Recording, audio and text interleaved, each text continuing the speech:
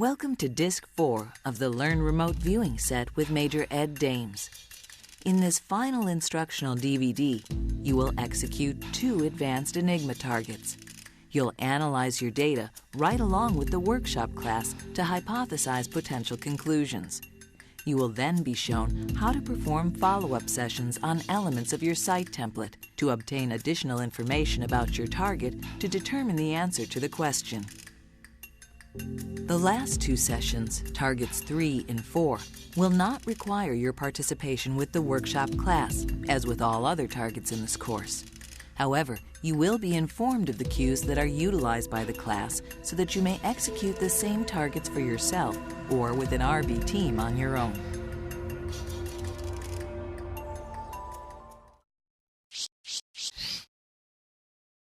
We call it a site template because most of the problems that you deal with will deal with physical entities, the physical world. You're going to be looking for a broken thing on your car or the space shuttle. You're going to be looking for the Lost Dutchman mine, the physical world. So we call that a site. It can also be called an idea template. If you're using remote viewing to gain some insight into abstract concepts, God, love, mathematics, or something like that, your data may only be symbolic. How do we know that the data is symbolic? Because when you express it, you will not be able to pick up smells and taste and temperatures because symbols don't have that. A cross, for instance, or a swastika doesn't have a smell or a taste or a temperature. It does have colors and it does have shape. So when we use remote viewing to investigate ideas have a reality all their own, life, death, those kinds of things, then we may end up in a situation where we don't have a site template, we have an idea template made up purely of symbols. We have to make sure this first session that this is crystal clear to everybody. I've tried to make it as simple as possible, okay? Use this on everything that you do. Those little arrows, put your pen on the arrow and look at what's next, what's next, what's next. Just like playing the piano. What note do I play next? What note do I play next? Don't look back. The only time that we look back in our business, as you know now, is when we do the analytical sketches here. Movement. From the top of X, something should be perceivable. We produce an ideogram. These stage 2s, at the end of the stage 2 list, we have dimensions. That's when we look back. In order to do the analytical sketch, we have to look back at the dimensions that we acquired here. That's about the only time that we look back, except for the construction of a site template, when we collate and compile all the papers, your analytical sketches and whatever. Constructing a site template, some people ask, well, I have an AOL. So what? You've already done an end run around the creative mind. It's too late. It doesn't matter whether you have an AOL or not, because it's not going to affect the output at all. It's done. The site's done. That's the beauty of the process. It does an end run around the creative mind. So follow the dots, you know. The next movement is the same as X. Exploring A, the same as X. Exploring B, the same. If you want to take a break, ask yourself if you need one at the end of stage 4. That's the only opportunity that you have to take a break. When you come back in, you start with a movement exercise. Wherever you're at, A, B, C, D, whatever. This time, I'm not going to limit how many key site aspects, I'm not going to limit how many you put there. Generally speaking, X, A, B, and the ones near the front in priority order are pretty much required to construct a site template. Why is that? Your unconscious has a strategy that it form-fits to you to solve a problem. What, in the viewer's thesaurus, in the toolbox, what kinds of memories does the viewer have? What kinds of memories of things and ideas can this viewer's ward, unconscious mind, use to construct a site diagram and solve this problem? It will draw upon whatever's in your noggin to do that. So it formulates a strategy, and that strategy first pops out as an ideogram, and then as a freehand sketch, which is the most important page in the session outside of the site template. The symbols that are here are all of the key elements archetypically expressed, and they are a function of your unconscious mind's strategy to solve this problem. All right? In stage 4, your unconscious has a strategy also. It doesn't willy-nilly explore aspect A or aspect B or X and say, okay, there's some yellow here, and over here some green and shiny and red, and over here we have something that's vertical and it's a table or whatever. It doesn't do that willy-nilly. It knows it's only got 2/3 of a page to express some really critical data, and it chooses those in an elegant manner in order to get as much quality, high-value information across to you in as short a period of time as possible. We know as professionals that if you exceed that 2/3 mark nominally, the rest of the data is going to be trash. You can't hang in there that long and play that particular piece. It always feels like that next piece of data is really important. I know, but that's when you say it feels, it's actually what you're saying is you think the next, and that's thinking. Stop right there. From experience, we know that do not exceed point, everything after that is almost always AOL, almost always imagination. It's hung in there long enough. Stage 4, you know this is very, very slow. Stage 1, fast, produce an ideogram, 1 to 2 seconds. Stage 2 is metronomic, click, click, clicks. Textures, colors, smells, tastes, temperatures, sounds, dimensions. Stage 3, 15 seconds, a little bit slower. Stage 4, slower yet. It's 3 seconds per column. And in the 2/3 of a page, you're talking about a couple of minutes in stage 4. That's ample time, especially with all those high-level data for your creative imagination to say, ooh, it's got a virtual cornucopia of stuff to knit together and say, I know what this is. So we stop it. We pull the plug on it. That first stage 3 sketch is critical. If you blow that, you have to abort the session and start all over again. You cannot employ your mind in that freehand sketch. Having said that, it should be fairly neat. Try to keep it neat. Commit, get the symbol down, whatever it may be, and let it flow. It's a very, very different animal than your analytical sketches, which now require you to select and intuitively place lines and dimensions on the paper. The answer to the question is always somewhere symbolically in the first stage 3 sketch, the freehand sketch. It's always there. It may not be in your face. And we know that our mind breaks up archetypes. So if we've got a volcano as part of the solution to a problem, mind will unfortunately take the circular crater, put that over here, and then the mountain over here. Having said that, however, the answer to the question is still somewhere in that sketch presented. When that comes back together the right way, when the puzzle pieces are reconnected in the site template, there is a diagram, a schematic diagram, a blueprint for all the essential elements of information that make up the problem and the solution. And that diagram, the blueprint, is usually enough to solve the problem and say, oh, this is what's going on. The hip bone's connected to the leg bone, that kind of thing. And here it is. That's the answer to the question. You'll see that in many, many problems. What brought down TWA Flight 800? What's broken on this? You usually don't need to do a full-blown drawing to solve that problem. You can, but it's overkill. If you need more than a couple of sessions to solve a problem, you may be dealing with something big, and that will turn into a project. By definition, by connotation, X from the top of X. Don't use the word target. The only time that we use target, from the top of the target, inside the target, those kinds of things, the only time we use the word in a movement is when the site and the target are synonymous. When the site and X are synonymous, hey Ed, I've only got one thing here in my first freehand sketch. X. There's no A's or B's. There's no context or anything else. It's just an X, which happens.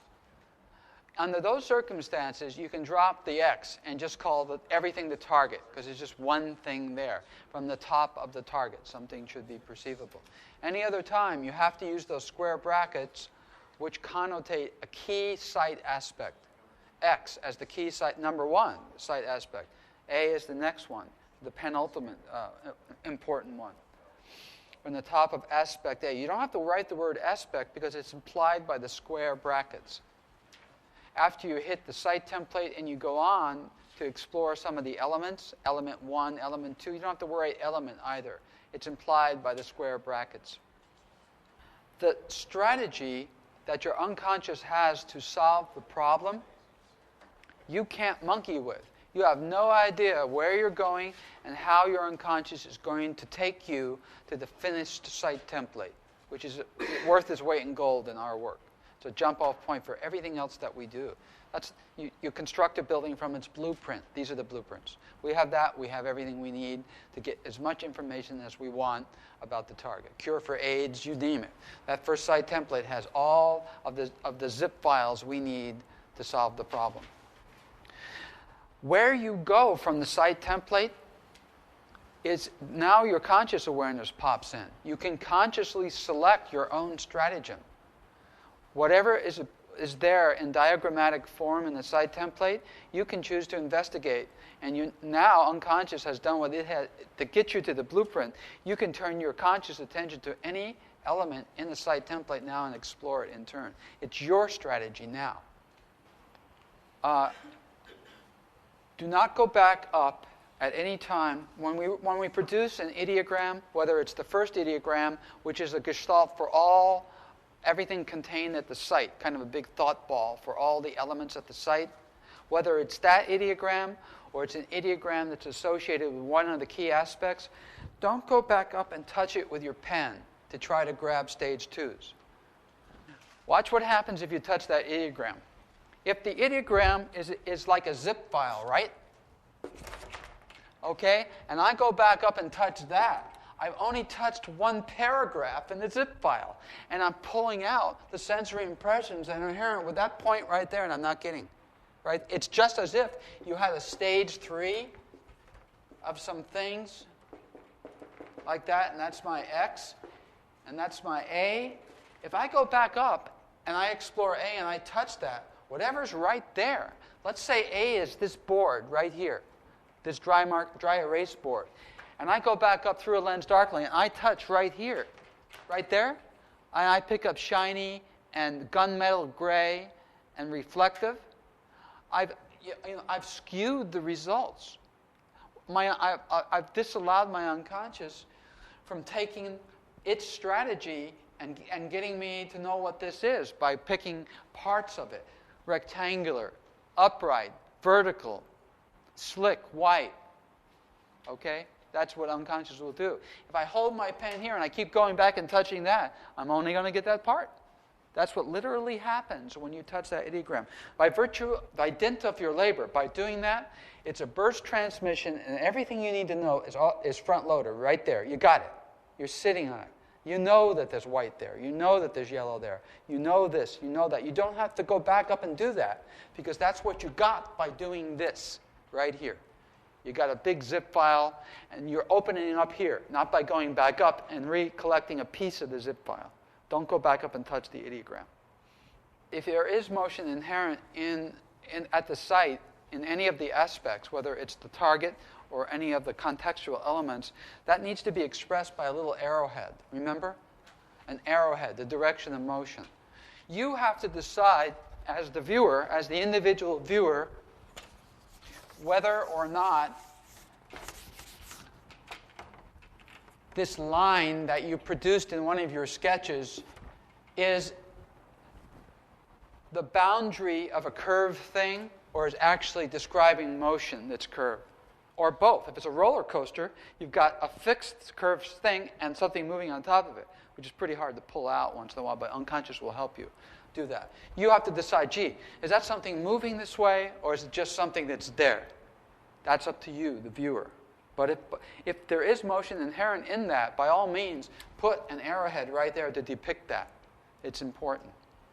If there's an object that's in motion, like this, let's say there's a circular object in motion, then depict the motion by an arrow somewhere. Very, very important in our work, problem solving here.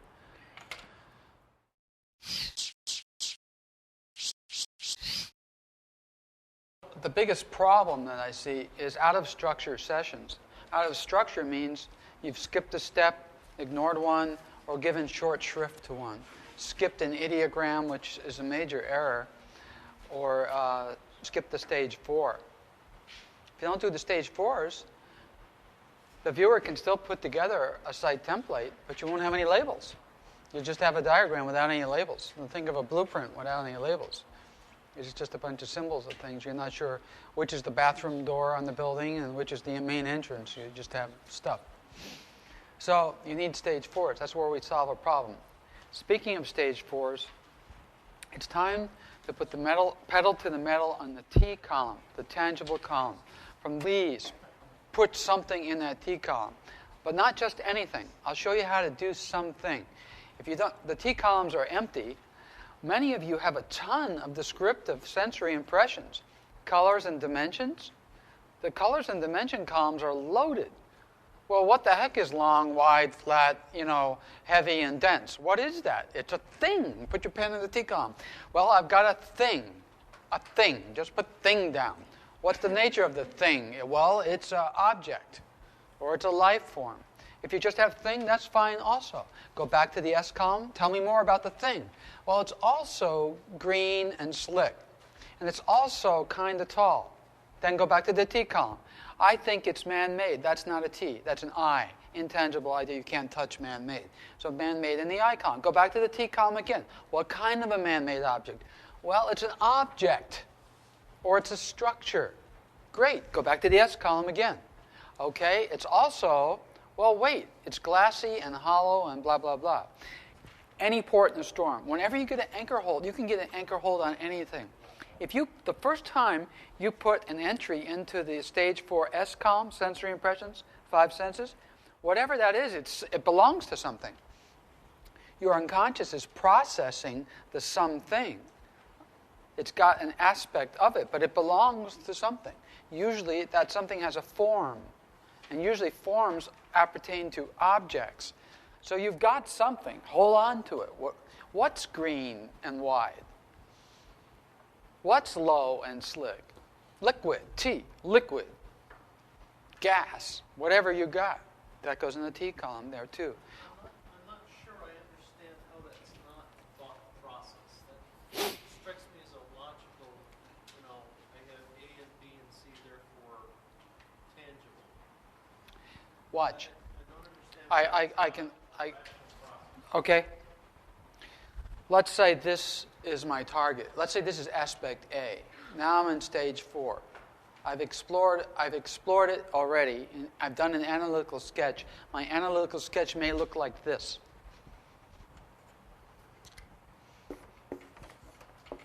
Okay?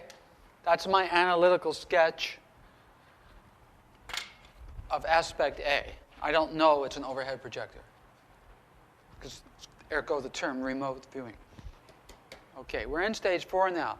Now your unconscious is delivering up information to you. It needs a venue. You provide that by putting your pen in the S column first. 5 senses, okay? And unconscious says, I've got something that's brown and glassy, right? And it's also bulky and heavy. Now you know those things. All you have to do is put your pen in the T column now, and it will provide it's done at the preconscious level. By virtue of you putting the pen in the S column and the D column and capturing enough of that data at the preconscious level, just before the data crosses the liminal gate up into conscious awareness, there's some sorting and sifting going on. There is analysis going on. And your conscious awareness is looking for labels. At the preconscious level, you're looking for labels, and it'll find something if you put your pen in the T column. Thing. I got a thing. Instead of air or trees or whatever, you don't have leafy and all of that. You got a thing. All you have to do is put your pen in the T column. Do you know why it works? Because at the preconscious level, there is analysis going on all the time. The analysis you consciously, it is verboten for you to take the brown and the glassy and the heavy and the thick and do anything with it. You're not allowed to think.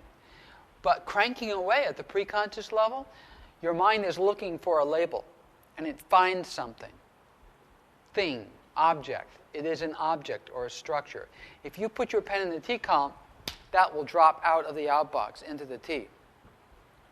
What your problem is, you're actually thinking.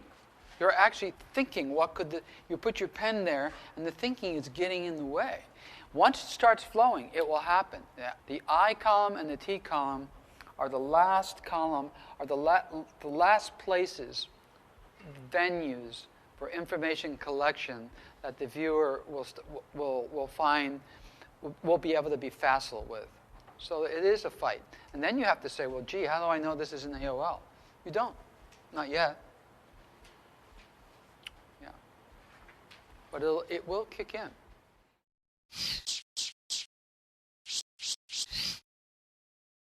The purpose of this first session for me as a teacher is to make sure that you're in structure, that you're staying in structure. Your job is not to worry about what the target is until we end the session and we talk about analysis. We'll do that together.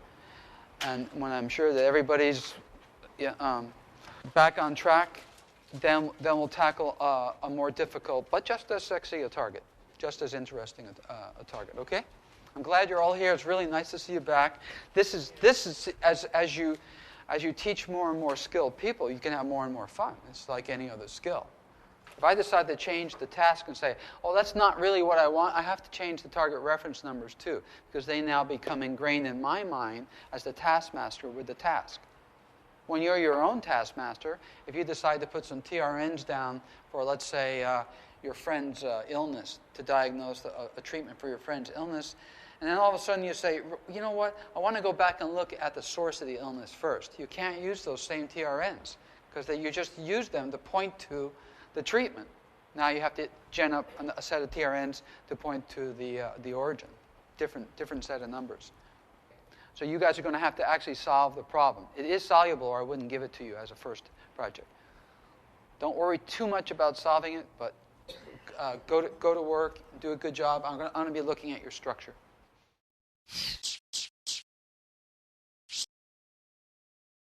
You are about to begin Target 1 on the RV4 DVD. At this point in your RV training, you should have memorized the word descriptor list and the remote viewing session flowchart. You should not be using anything within your RV sessions besides a small stack of blank white bond paper and a black pen. If you feel that you may require additional practice or review to become more comfortable with executing sessions in this manner, please feel free to review previous Learn RV DVDs or to conduct additional practice sessions. Your first target is an enigma. I will now read the target reference numbers that Major Dames provided to the workshop students.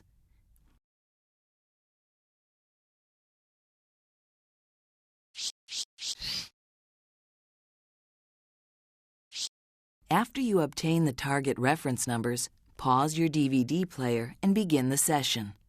The target reference numbers for Target 1 are 86394472.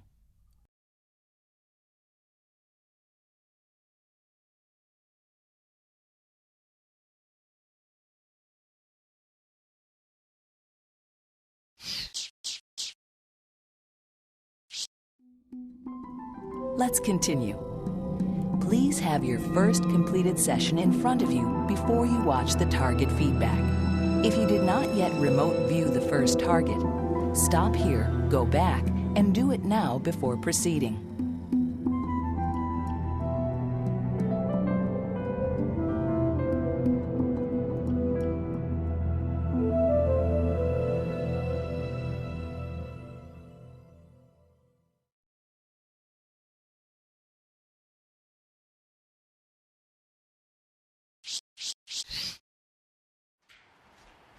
The Navy, for many years, had a bunch of hydrophones under the water worldwide, secret stuff, and they became obsolete because of a new technology. And so they turned over these hydrophone arrays to the National Oceanographic and Atmospheric Administration.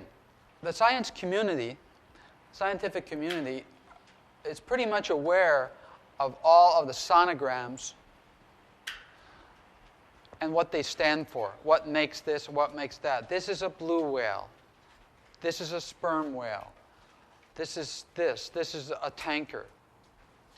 This is a speedboat. This is an underwater explosion. They all have specific sonograms, voice prints, if you will, and which are known.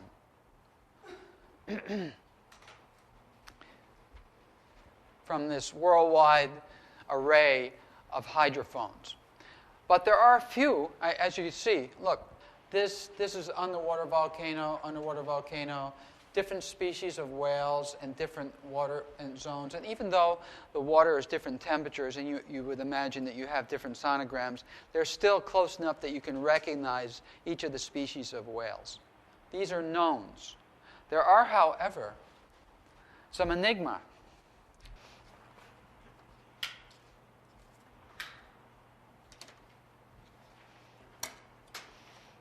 Here's some unidentified sounds here from this acoustic array that NOAA now controls and possesses. And names are given to the sonograms based upon what they sound like to the scientists. They just slap on a name here. Upsweep, whistle, slow down, train, Julia, and bloop. So the scientific community does not know the origin of these sounds. Okay? So I chose one of those, enigma, this one, what they call the bloop. Right? That's the one that I chose as targeting material. And as target reference material, I used the sonogram itself. So this became, for us, target reference material. Now, just as we're all wont to do, we look at this enigma and we say, gee, it looks like this and it could be that, and scientists discuss it. And they come up with some postulates. Maybe later some working hypotheses, but really just postulates right now about what this may be. And they think, the majority thinks that it's mostly what? They're thinking, well, it's an awful big sound, and it sounds like something that's close to natural frequency, naturally occurring sounds, that is, animals. Maybe it's a giant squid, because we know there's these big squid in the ocean, we just don't have a lot of experience finding them, they're hard to find. They're very elusive and very big. Whereas the people that know cephalopods, the zoologists that are in the cephalopods said, well, you know what? We don't see how they can be, because there's no airspace in a cephalopod, one of which is a giant squid, to make a sound like that, like there is in a whale, for instance, big airspace, a sinus cavity. So there's nothing that can make a big boom like this that would travel thousands of miles underwater, and it does. So how do I find out, using our techniques and methods, which work, what that is? Is that just an error in the central processing unit, wherever the fusion center for sonograms is at NOAA? Maybe something went wrong with the equipment, and that's a spurious signal or something like that. How do we find out what the heck that really is? This is how we do it. What would we use? What aspect here? You guys really don't know this. I'm going to show you what to use, and then you'll see the range of cues that we can have. What do we want to know about that? Do we want to know its source? The source of that sonogram? What's the source of the sonogram? What made this is a piece of equipment. So we don't want to turn our attention to the source. It's like, oh, gee, I really didn't. What I really wanted was the what? The origin. The origin, not the cause, but the origin. We want to know what the origin. See that word right there? Origin? Yeah. So that's what I used for targeting material. The origin. So when I gave that to you, the TRNs, the target reference numbers, became the pointer that pointed to this idea, the origin of that. And that's what you were remote viewing. So it becomes interesting in your site templates now. We want to turn our attention to what was X. Let's take a general, broad look at what X was here, because that's our target. The rest of the stuff, some of you probably got water or liquid or something like that. That's context. But what is X in your site template? Okay, so you're saying it's man-made, the origin man-made. Anybody else agree with that? Yes? Why? But your data better support that. What are we looking for first? Your summary data. Your summary data. Just the facts, ma'am. What's the summary? You collate your data. At the site, the site is a structure or structures on land or whatever, in water. Some of you may, again, it's very difficult for new viewers to pick up water. The site is a structure. At the site is motion. The motion is this, that, or whatever. At the site are objects. The objects are blah, blah, black, round, shiny, or whatever. That's how we collate and describe this. Those words may only be taken from your data. That's it. Then, after the summary is written, articulated, then you can jump to analysis. And your analysis is intelligent guesses. Intelligence because you use your summary data, not some wild-ass guess. You use your summary data and say, what might this be in my knowledge base? He's got things in his idea template, but the X is a box. It's a cube. And out from the cube is coming stuff. So that's not a life form as we know it, unless there's cube people out there somewhere. It's an artificial thing. So that eliminates, well, there goes the CNN hypothesis, and no, it's not a giant squid. That's very helpful to science, because we can use remote viewing to cross-cue, as we used to say in the intelligence business. We can use it to point satellites this way, look this way, or spies, go over here. We can use remote viewing to direct other systems and save lots of money and time. Right? You put a 1 on whatever you're interested in, and you go hit it again. From the top of element 1, something should be visible. You get a lot of data on that, descriptive data, and then we do another analytical sketch, and we go from the analytical sketch to a drawing.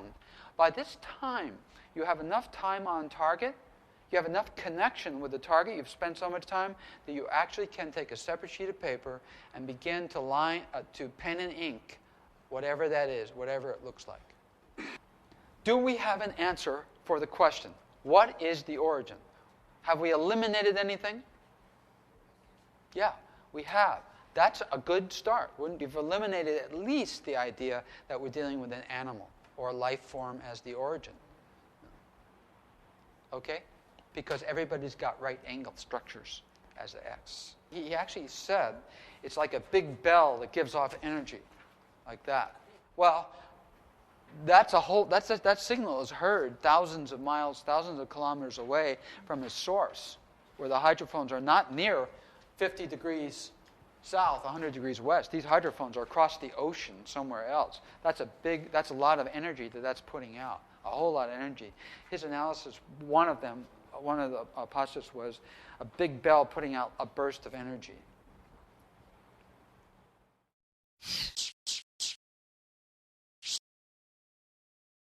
Let's keep the pace going. Instead of Major Dames conducting a target preface, we're going to jump right into target 2. This is the second and final target that you will execute along with the class on this DVD. This second target is another Enigma target. I will now read the target reference numbers that Major Dames provided to the workshop students.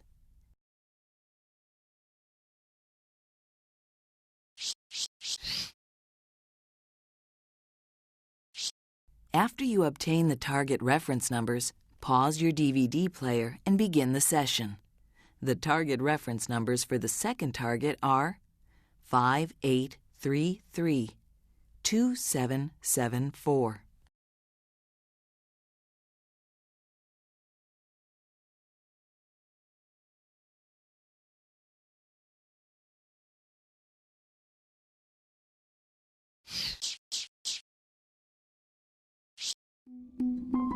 Let's continue.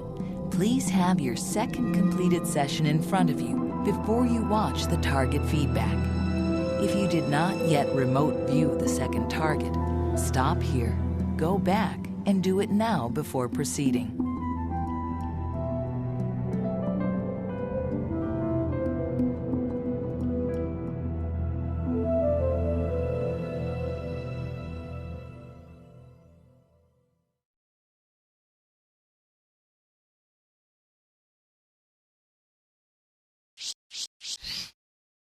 This is an ice circle. These pop up here and there sporadically.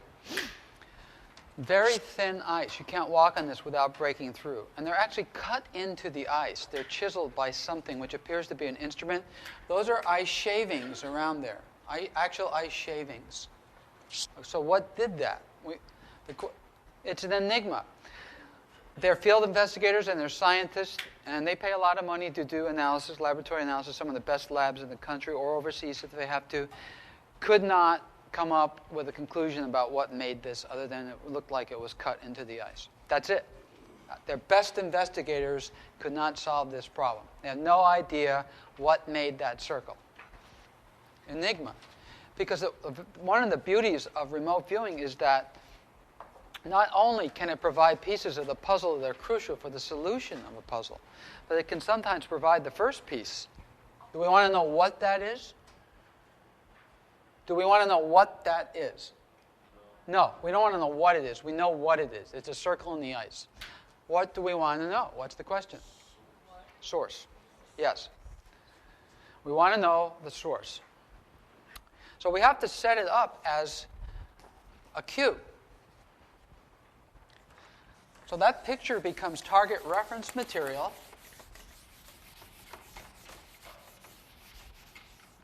I chose as target reference material the top picture, the top photo, because I don't want a person in the photograph, right? That just mucks it up. Here we have a nice clean photo right there, the top one. Nice and clean, no people, nothing in it. And I can draw an arrow, which I did, on the target reference material. I drew not an arrow, but a line from there out here. And over there, I put these words. What do I call that as a target? What should I call it? What? Ice circle. Yeah, I could do that. Why name it at all? I've got to point it right at it. Just call it a target. Target.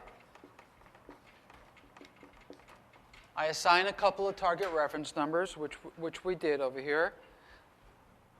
5712 3684. That's my target. That's not good enough, right? I don't want to spend 45 minutes describing ice. I want to know the source. So we qualify this with source. Now this becomes our target.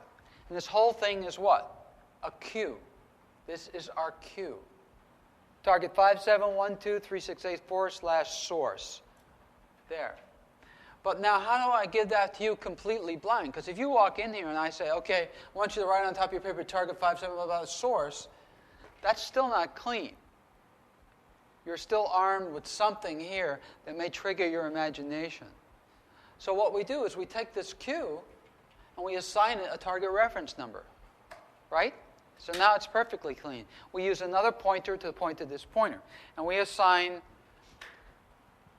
58332774. These become our target reference numbers for this cue here. Now that you know what the question is, what caused the circle? Is it an animal? Is it air, a natural phenomenon? You have a structure in the air. Cutting. Did you actually use cutting? That's what I thought. Broken by energy. Oh, neat. Okay. Anybody else back there? How about up here? We need a consensus on this stuff. We have to have as an analyst, you guys need to look for common elements. You've got some common elements here. You got something. We don't know what's emitting necessarily, although I think two individuals said structure. But we've got something coming into the target that we've got lines. We have something moving. Two people said energy. The emitter is a structure. All right? We're not drawing any conclusions now other than we did with the bloop thing. That looks like we're not dealing with a natural phenomenon necessarily, or, well, that's what we know right now. We're not dealing with a natural phenomenon. It looks like we do have something that a causal agency that's not natural. That's a first shot there too. If that's the case, then we can set up another cue. So we take that, and the real fun begins now, folks. We're not going to do this right now for reasons that I'll get into momentarily. But we got this thing up there, let's say his session, and he'll say, that's interesting, and I got this, or whatever. This is my element 1. We could explore that. Or, now that we have our teeth into something, we can say, the origin of element 1 should be perceivable. What's the origin of that? That would be neat.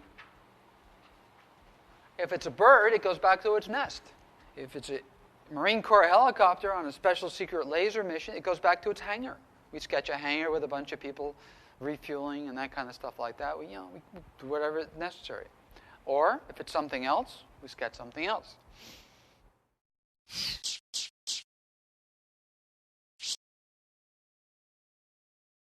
You have completed the active sessions on this DVD. Now sit back and relax as you watch the Level 4 workshop class students execute the 2 final advanced targets. First, they will execute an open search, which simply consists of the cue Open Search. An open search is the most difficult target class since the viewer does not even know the question. Experience has shown that running this cue almost always provides a newsworthy event that will take place in the near future, usually within the next 2 to 8 weeks. The second and final target is an optimal near-term investment. This cue will provide the class with the current most profitable investment for the near term. From experience, we know that the matrix interprets the phrase near term to be the immediate 2 to 4 week period. You may feel free to run these 2 separate cues on your own or with an RV team.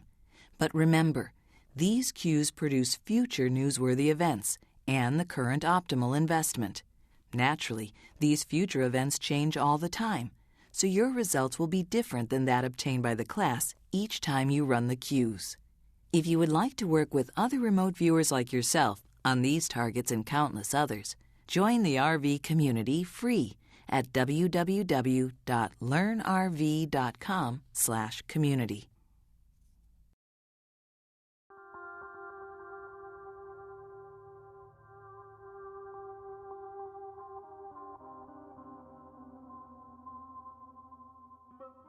On March 11, 2004, a terrorist attack was carried out on innocent civilians in Madrid, Spain. This horrific act took the lives of an estimated 200 individuals, with over an additional 1,000 more wounded. 5 weeks earlier, on February 29, 2004, Major Ed Dames and the Level 4 workshop students conducted an open search remote viewing session. This session accurately predicted the soon-to-take-place event in Madrid.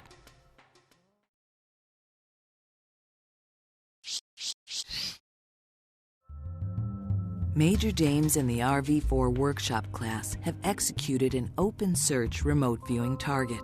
Since an open search usually provides a newsworthy event in the near future, the class must now determine what the event is based on the RV data. The near future event could consist of anything. Analysis of the RV data for this type of target is extremely difficult and usually requires many sessions to conclusively determine the future event. Obviously, most of the time it's going to be a place. Most of the time, there are exceptions. We have a place, and is anything happening there, or is it just the place? Have you just dropped into a table or a house or a gopher hole somewhere? Yes or no? Something's going on. Does a something seem significant, or is it just, does it seem insignificant? Okay, so we have a class of target that's an event.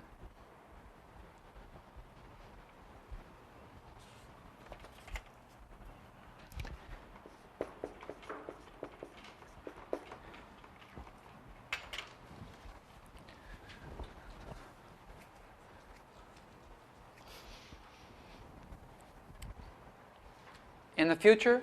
In the past? Present? Do we know?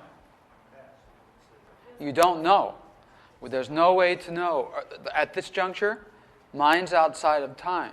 So there's no way to know whether this is past, present, or future. From experience, I can tell you that what falls out of an open search seems to meet a certain criterion, but there really is no way to be sure where we are in time. Remote viewing. You see what I mean about solving for the unknowns? The who, what, when, where, how, and why. When we have a question, where is Mr. X, or who done it, or what's broken on my car, we've got some knowns, some givens, and we're solving. It's much easier to solve for an unknown. Here, everything is unknown, including the when. Present time. See, when we qualify a search term with a temporal qualifier, present or now or next or past or future, we build in the time, the window into the queue. Here, we don't know where we are in time, so we don't know that yet. In the past, when we've used open searches, it usually drops down something that is an event, and it's going to happen. It's a newsworthy event that will happen within the next 2 weeks to 2 months. It's usually something significant, but it may not be, even though it's newsworthy, the news may not pick it up because it might be secret, a secret attack somewhere by someone, that actually a coup d'etat or something like that. And so we don't know how far away we are in time from the present. What's happening here? What do we got? What's the scenario then? What kind of an event is this? What were your AIs? Good, bad, or indifferent? If you were here, if you were actually at that event, what would your emotions be? Your aesthetic. What's the aesthetic impact? Is it a place you would want to be? That's interesting. What? Yeah, positive or negative? We'll start there. Negative in what regard? What were the actual words that you used to describe your emotions vis-a-vis the event? Now, anger and yelling are not. Anger and yelling is not an emotion. Yelling is an intangible idea, or it could be in the S column under audibles, one of the 5 senses. All right. So yelling is not an emotion. So we've got some highly negative AIs here. We've got a negative situation predominantly. All right, now we've got that, so we know that something's going down that's not necessarily positive. Where are we in terms of geography? All right, down to the nitty-gritty, the I column. What kind of intangible ideas? Because one word, if it's correct, we don't know what the correct words are here. But if let's say that the I's were correct words, the intangible ideas are worth their weight in gold, because they could say, "Hey, it's this, or this." Very, very descriptive, high-level terms. What kind of intangible ideas do we have? Business-like and organized. Okay, well, the business-like and organized are intangibles, but the hateful and arrogant are EIs. Oh, okay. Yeah. Okay, so confrontational type of situation, is that what we have? It's just like a lot of tension. It's a lot of fear and a lot of tension. Fear and tension.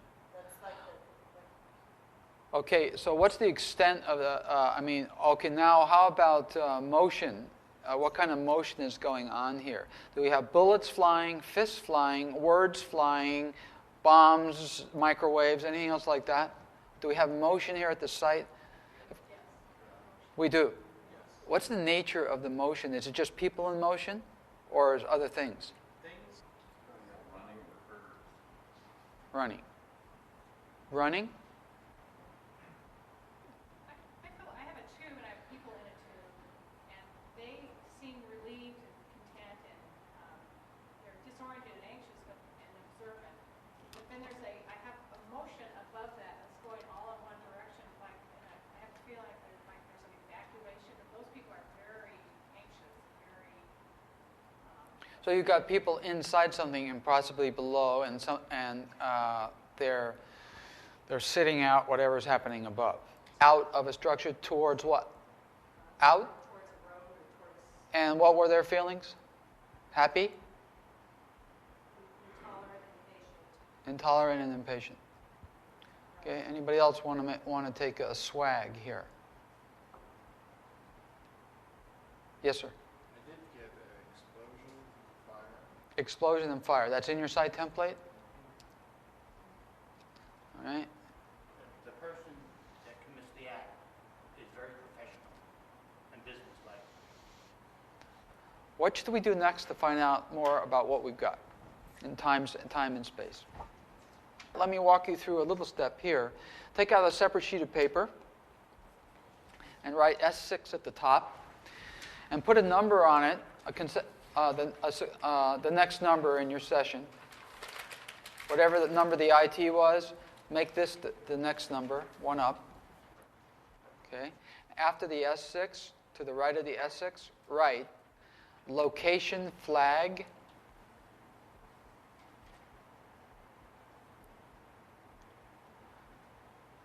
Drop down a couple of inches and draw a rectangle that looks like a flag. Doesn't have to be big. You want it small, folks.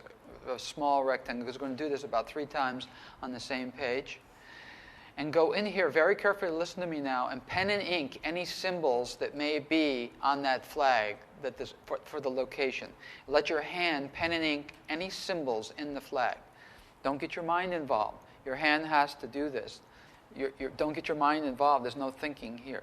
Pen and ink the symbol. Pen and ink the symbol. Your hand has to do this, not your brain. Your brain has to shift to your hand. Hand has a brain all its own now. Pen and ink the symbol in the flag. Drop down another 2 inches. Draw another rectangle. You cannot do this without having at least 40 minutes in session. Some of you won't listen to what I just said, and you'll try to take shortcuts in the future. And your work will be trash. It'll be junk. It'll be meaningless. After 40 minutes in session, this can be done, and it's pretty accurate. We're looking for the symbol. All right? We're not looking for the color. Colors don't come out well. Sometimes you'll perceive a light color as yellow, pink, orange. Don't go with the colors. Only the symbols. As Carl Jung knew, symbols very powerful in the collective unconscious. Easy to pull out. Symbols for corporations, symbols on patches, military patches, all doable if you're really connected with the signal. And the more detailed you get, the easier it is to identify. Ed Dames has now instructed the class to conduct another movement on the target site to find the nearest significant feature.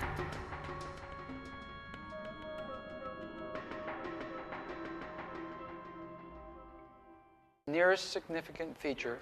Yeah, because most would hold you on the site, and there may not be a significant feature that you'd be able to find there. Whereas nearest releases unconscious to go fetch whatever the nearest significant feature would be. Do we have something that's tall? Now, okay, here we go. We got our teeth into something. We have a tall a structure, a man-made tall structure. Okay. Ordinarily, this would so what, but this is a significant feature, so we really want to know where we're dealing with. Okay, what's the other data about this tall structure? Is it a monument, or does it have a function? Like, for instance, is it a rocket launch pad, or what? We're going to look back at the structure. We're going to gain some more perspective and some dimensionality of the structure. And then we're going to draw it. We're going to use a pen and ink drawing on a separate page and draw the structure. We're not going to draw it as a symbol. We're going to actually do it as a drawing. All right? So this is what we'll do. We'll do one more movement that I'll give you. That will produce another ideogram. From blah, blah, blah, blah, something should be visible. That'll produce an ideogram. You'll get some more stage 2s, some more dimensions, and you will do an analytical sketch based on those dimensions. When we execute target geometries, we don't go into stage 4. We skip. There's no need to do stage 4s. We only want to know what something looks like, its shape. So we skip all the stage 4s. So you're only going to do one movement. Here's the one I'll give you. Write this down, but don't actually produce the ideogram yet. From 100 meters west of the nearest significant feature, we won't say target because there's too many targets implied here, something should be visible. From 100 meters west of the nearest significant feature, something should be perceivable. What does it actually do in terms of idea? It takes us about 300 feet to the west, looking back to the east at whatever that is. So the dimensions that you get now are very, very important, because those are the ideas of what the size and shape of this thing from that perspective. These dimensions are critical now. After you go through all the stage 2s and you have the dimensions, jump into an analytical sketch. The analytical sketch will be the way this looks, looking back to the west from 100 meters away. And then, after you do the sketch, grab another sheet of paper and write S6 on it and draw this thing. Draw it. Don't be afraid of making a mistake. This is an exercise, too. It's still a classroom environment. Draw whatever this is. Major Dames has informed the class to conduct yet another session associated with the event. This time, the cue involves finding the target geometry of the nearest significant feature. And look, the person didn't finish the top here. Very, very interesting. See? Whose is this? There's no, it's just. Yeah, you see? The top wasn't finished, right? In our work, here we go again. They equivocated about the top here. They wanted to put a peak, but they kind of didn't. This is really. Is that a tower? Is that... What is important here is that we're looking for uniqueness. That's going to make it easier for us to locate this on the internet as a photograph, unless somebody recognizes it right off the bat. We've got a tall diagonal structure, and look at what people are doing. They're truncating the top.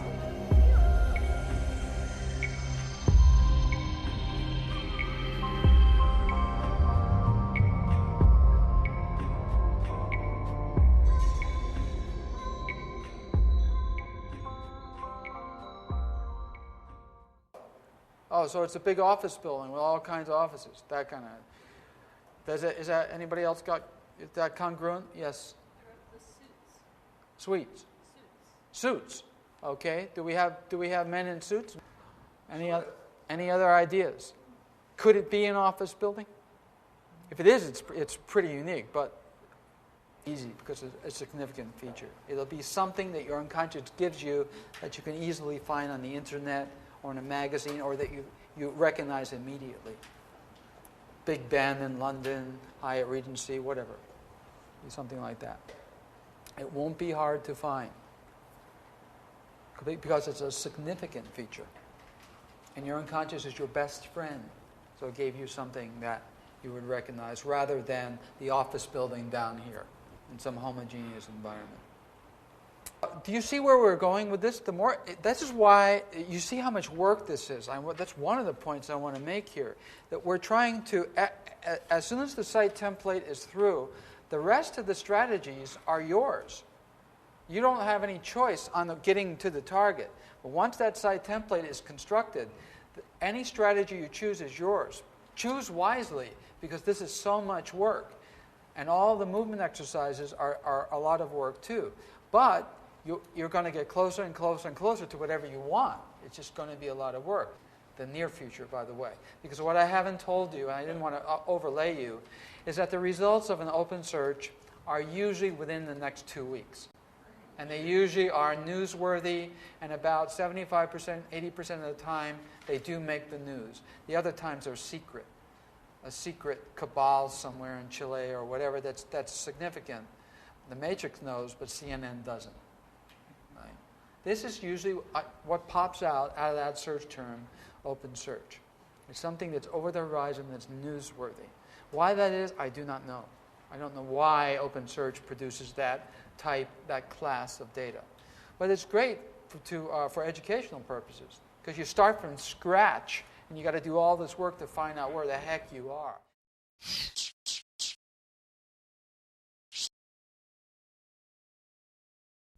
Let's take a look at the data provided by the RV class.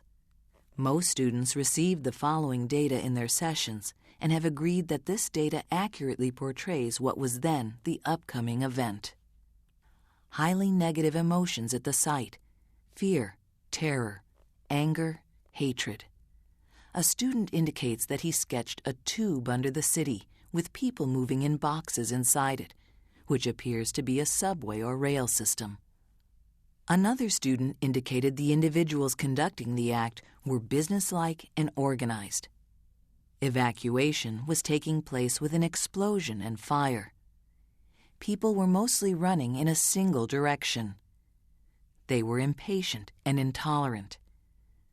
The region's flag symbol in which the event would take place appeared to be Spain.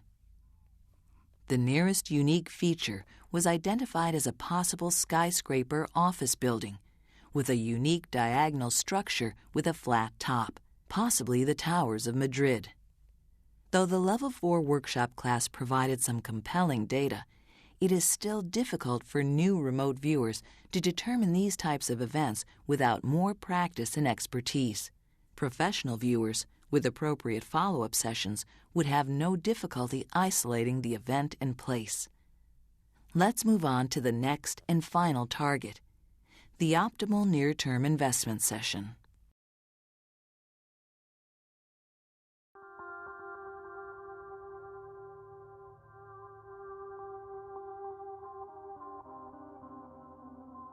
The class will now execute an optimal near-term investment session. The data from this session will provide the most optimal stock, company, or product that one can invest in for the highest short-term profits. Remember, if you wish to execute this cue to find the next optimal near-term investment for yourself, please ensure that you are trained enough to obtain accurate results. RV can consistently be up to 80% accurate. However, this is for experienced remote viewers. We suggest that you conduct many dozen practice RV sessions to be sure that your skill level is capable of providing consistently correct feedback for this type of target. Also remember that an optimal near-term investment changes frequently, since there can only be one at any given point in time.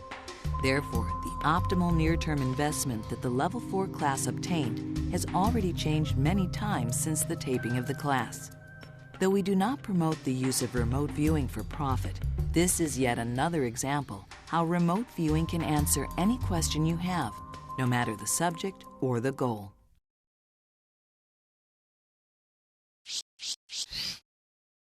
I think a suggestion for a next target would be optimum near-term investment. Now you could append it with your the reason I like to do it without prefixing it with your own name is because everybody will come up with the same investment, which is optimum. That may not mean that you have the resources to buy into it, but it will still be the best. Collective will say, "Oh, glad you asked. This is it," and it's an easy target. It's so easy, but it's still an unknown, right? I'm not going to front load you with possibility with what it might be, because it might not be any of those at this juncture. But I think it would be a good target because it's so easy to analyze. Investment is adjudicated by the matrix as money. We know that, as opposed to treasure. Treasure is not necessarily gold, silver, or whatever. That could be a book somewhere, knowledge that you need to know, that kind of thing, a treasure. I'll gin up target reference numbers in the queue, and we'll look at, from this point in time, optimum near-term investment and see what the matrix drops down. Whatever that will be the same thing. The matrix will say, okay, on the cross level, this is the optimum near-term investment. It could be llamas or a llama farm. We don't know. So on this particular cue, there can only be one. This is the nice thing about this. Optimum is a superlative. The most, the best, the next. It's a superlative. Actually, next isn't a superlative. But optimum and most, largest, right? Earth, Jurassic Era, largest land-dwelling creature. It can only be one. Now, you may pick it up in different stages of its development, but it's going to be the same one. Everybody will get the same one. So optimum near-term investment. Optimum means the optimum. There's only going to be one. So those of you who get something other than what everybody else gets, you're wrong. I got to tell you that up front. If you are if you're picking up something as an individual viewer that is not what the consensus has, then you screwed up. No, don't put your name. Just put optimum. If you put your name, it will probably not be what everybody else gets. More than likely, it won't be. Optimum near-term investment for you, for instance, might be the house that's down the street that's up for sale. And the best investment for you would be that because it's available to you, and someone's going to give it to you at a good price, and you can turn around and resell it right away. Whereas, that's if you put your name as a prefix. Here, it's global in nature. So, easy target, guys, if you stay in structure. Keep your mind out of this, and you'll have the right answer. No thinking aloud here. Just click, click, click, click, click. Don't get one stage 2 term and say, oh, look at that. It must be. Don't do it. Just keep on trucking, and you'll get it right. You won't know what it is until the idea template. You won't know what this is until you finish the idea template. Anything prior to that is going to be the wrong answer. Any conclusion that you draw prior to the construction of a site template is going to be the wrong one. Take it from me. You've got to go all the way on this. Analysis will be easy, however, on this one. The class is now executing the optimal near-term investment session.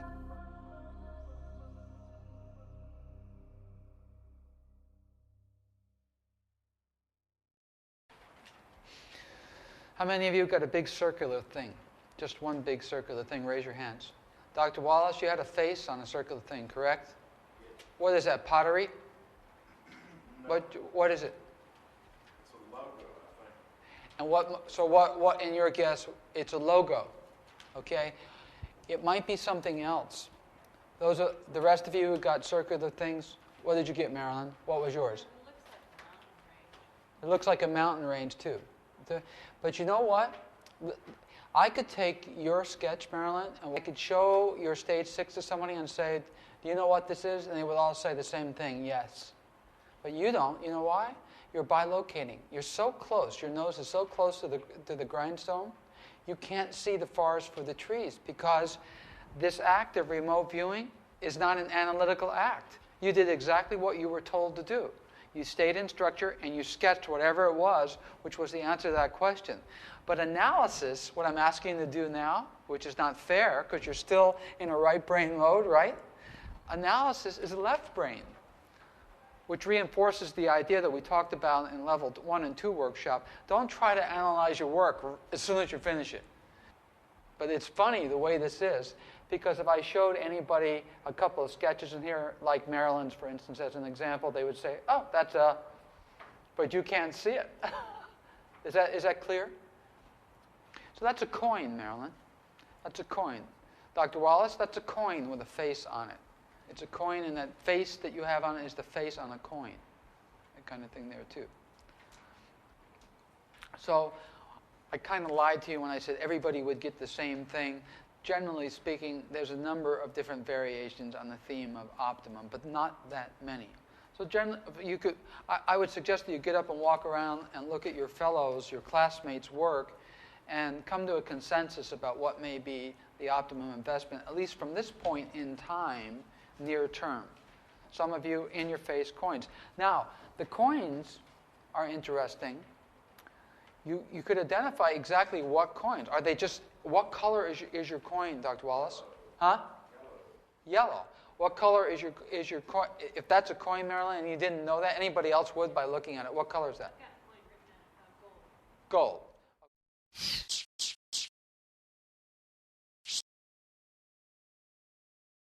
It's apparent that the class has obtained the metal gold as the optimal near-term investment. As displayed in this chart, gold moved from $399 per ounce to a high of $419 per ounce for the 4 weeks following the execution of the optimal near-term investment cue used in the class. Investors of this commodity received a 300% return over margin in the futures market over that time period, thereby making it truly the most optimal near-term investment within the stock and futures market during that time frame. Remember, though, As the market changes, the optimal near-term investment will change. By running this cue daily, it's possible to always have your funds in the optimal current investment. When the answer changes, your current investment is no longer optimal and should be placed in the new investment vehicle. To personalize the cue, you will need to place your name in front of the cue. Please note, though this cue is often used by professional remote viewers, neither Ed Dames nor Cybercore Productions promotes utilizing remote viewing for profit.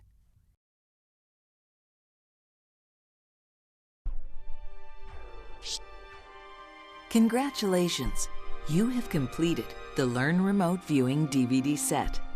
Completing this set has taught you all of the fundamentals and skills necessary for continuing this training on your own through executing your own blind and front-loaded targets. Even though you have completed the Learn RV DVD set, remember, you are still an inexperienced remote viewer. Continue practicing on as many targets as you can to continue to enhance your abilities. Please do not allow remote viewing to interfere with your friends, family, or place of employment. As you have seen throughout this course, RV requires a tremendous amount of dedication and rigor in order to master. It is crucial that you follow the guidelines and structure taught throughout the DVD course, and do not stray from the process that you have been taught. Remember that the structure presented in the RV course is a result of over 20 years of research and testing. Though some processes may be confusing or unexplained, each phase of an RV session exists for a very important reason.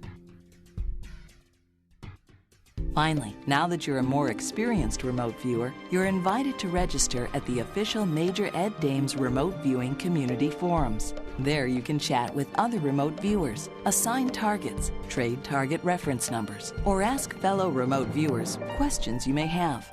Access the remote viewers community online at www.learnrv.com/community. This is a free service provided to all remote viewers and requires no obligations. Good luck, remote viewer, and thank you for finishing the Learn Remote Viewing DVD course. I've been remote viewing for about 3 years. I've just been able to do so much with it. I've used it to find many of my lost things. I've used it to find things for my family members.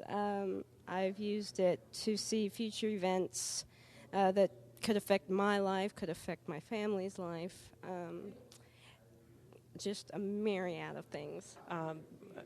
The most important thing and the most fun thing that we've done with it is the lottery. How many times have you won the lottery with RV? Twice. And, twice. Yes, it's really exciting. I think that's one of the most exciting things.